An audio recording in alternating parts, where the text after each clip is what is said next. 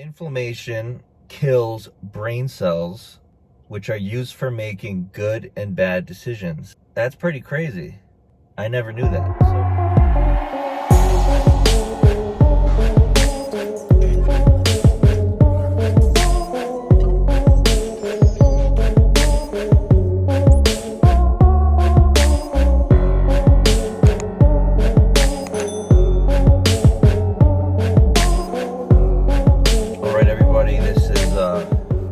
It's Charles as fuck. Welcome to the BDE podcast. This is just a quick little video on stress I wanted to do. I just saw a interesting video on YouTube by I believe his name is Dr. Hyman.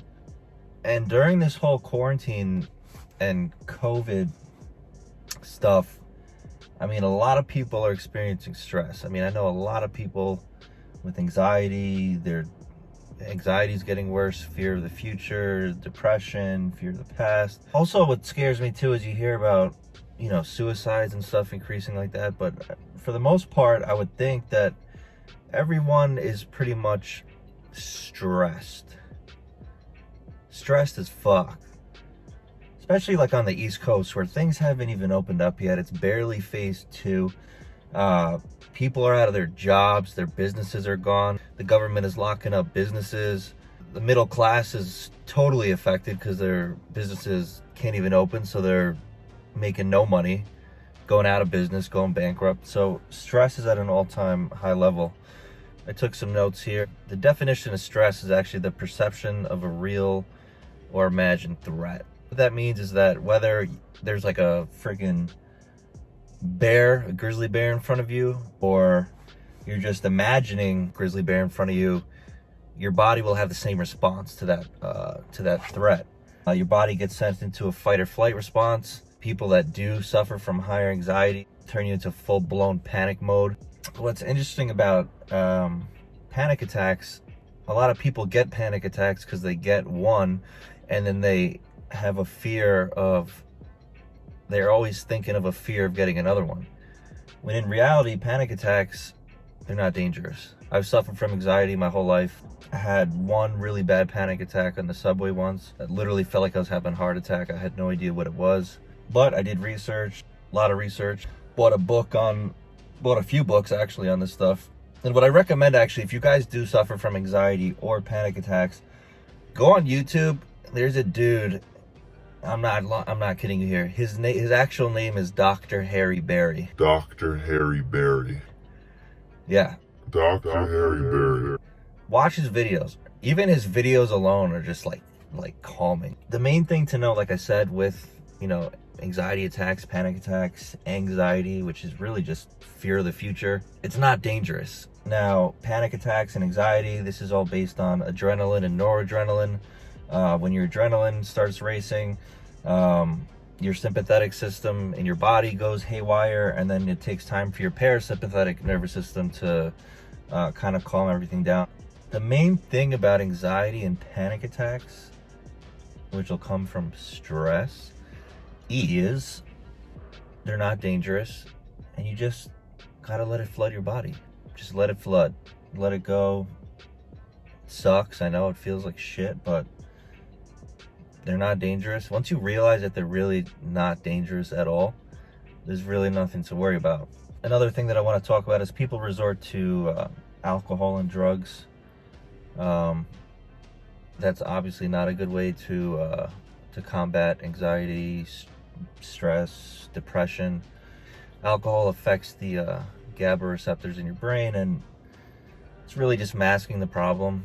And God forbid you become a full-blown alcoholic. I heard withdrawals on alcohol are actually like the worst. You can actually die from alcohol withdrawal. Alcohol and drugs is not the solution. What you want to be doing, guys, and especially in America. I just saw on the Joe Rogan podcast, they were talking about how he read an article about a healthy male with COVID, a young guy. I think he's in his 20s, or no, he's 17 years old. But then when he was reading through the article, the kid was 400 fucking pounds. He had diabetes. Diabetes. How is that healthy? Like, you guys, like, I don't know, I just feel like everything is so like you have to be careful what you say and this and that. Dude, if you're fucking fat, lose weight. If you feel like shit, start working out. Change your foods. But I wrote down here, work out, food choices, your sleep. For me, sleep is an issue.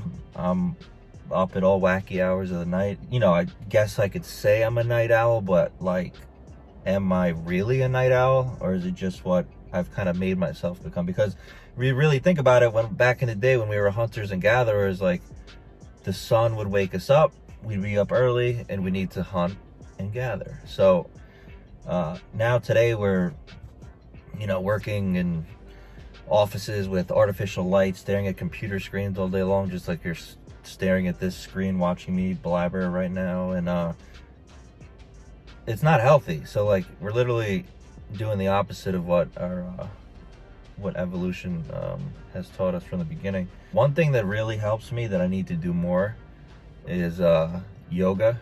Shout out to Wellness Muchacha.